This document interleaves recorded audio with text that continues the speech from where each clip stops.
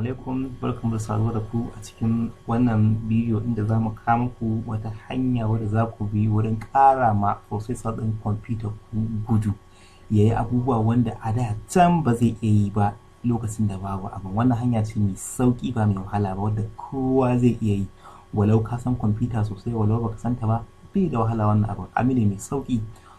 Kwamfutar ka ba ta gudu ne ko kuma ba ta ɗaukar wata tsabtuwa ko ba ta ɗaukar wani game ne, kai mata wannan hanyar bi izinin Allah ta'ala za ta dawo normal kuma za ta ɗauki wannan abin, za ta ƙara gudu fiye da yadda ba ka tsammanin ta.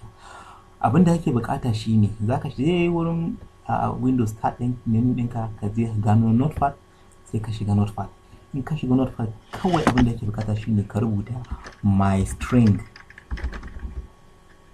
kama haka, wato my string kama haka kenan, sai ka sa equal to, sai ka sanya bracket, sai ka sanya double quote, sai ka sanya 80, sai ka sa 0 guda 6, 1 2 3 1 2, sai ka kuma mai da double quote, sai ka sanya wannan karfi. Abin da yake bukata kenan. Sai ka zo wurin file, sai ka sa save.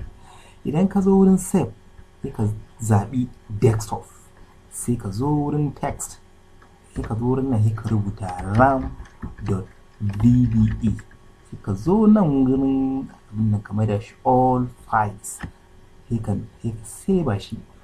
Abin da yake bukata kenan, hanya mai sauki ba wahala kuma abin zai mai amfani. Duk yadda yake gani yanzu ba maganar kwamfuta ka da sauri, duk abin da ka latsa a gani yanzu kawai komi sauri zai, ba yadda za a yi duk komi ka shiga, ko da file ɗin ka shiga ko kwamfuta ko room, babu wani abu da zai tsaya wannan sasin, komi haka zai da sauki. Da fatan kun ji daɗin wannan bidiyo. Gurin mu dai shine mu kawo abin da zai sauke maku rayuwarku. Ku kasance da fasahar sadarwa don samun irin waɗannan bidiyoyi. Mun gode, sai an jima.